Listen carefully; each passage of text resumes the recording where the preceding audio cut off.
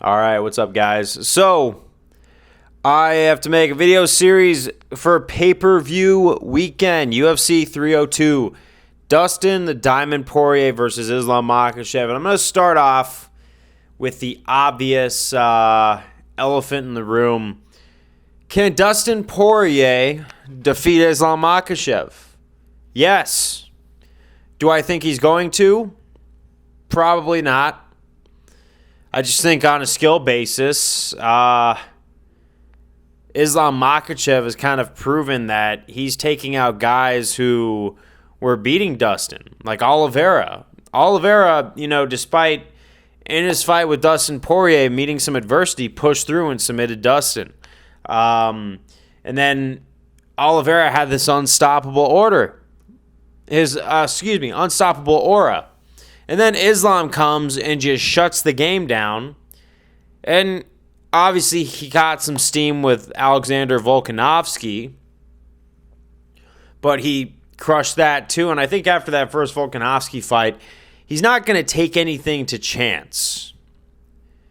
He has gone from being the least, after getting knocked out, he became the least hit fighter in UFC lightweight history. I think honestly in UFC history it's really hard to hit him. And Dustin's a very clean striker.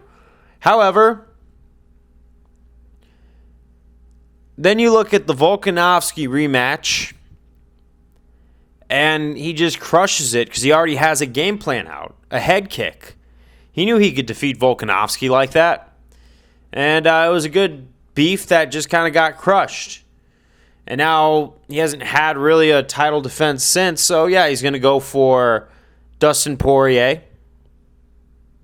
I don't know really why. I think there's a lot more people on the roster who offer a little bit more of a challenge.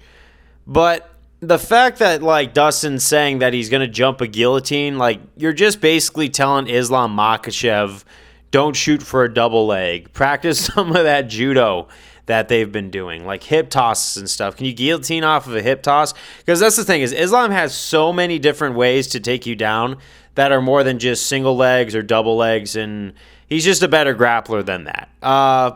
He also likes to do a lot of duck unders, take your back, and then that could be another way. So I feel like Islam is going to have a lot more ways of taking down Dustin than just shooting a double leg that's going to make Dustin jump a guillotine. Now, although I think Islam is way more skilled and way more self-aware than people want to give him credit for, I do say Dustin has a lot of attributes going into this fight. One, he's not going to give up. That Benoit Saint Denis fight, it was not going his way until he knocked out Benoit. Now, reverse, think about what I just said. I'm not saying that Dustin's skill set was bad, but it doesn't matter how the fight's going. He's not going to quit, and if he finds an opening to close the show, he's going to do it. And he's got really decent hands, so who knows? Maybe he can catch Islam. Maybe he can. I just think Islam's going to be so dialed in and ready to make another statement on where he's going to go next.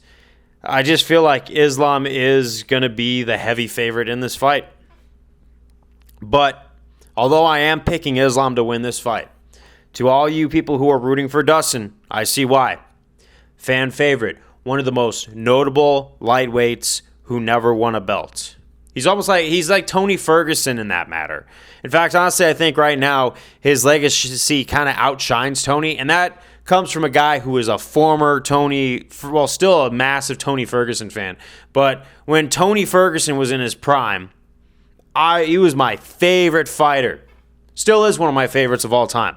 But I see legacy-wise, Dustin has become way more of a fan favorite than Tony. And Tony's a heavy fan favorite. So yeah, you want to see that one last chance. See him catch it. And I'm not saying he can't. But we'll see. That's the best part about this sport. You never know what could happen. It just takes one punch. However, I am going with Islam again. I will stand on that. And if Dustin somehow gets it done, I will be the first to congratulate him on this one. Because I do like being wrong in certain aspects. And honestly, I would love to see an underdog story like we've never seen it before. And with Dustin's dog in him, that willingness to keep pushing forward no matter where the fight is going.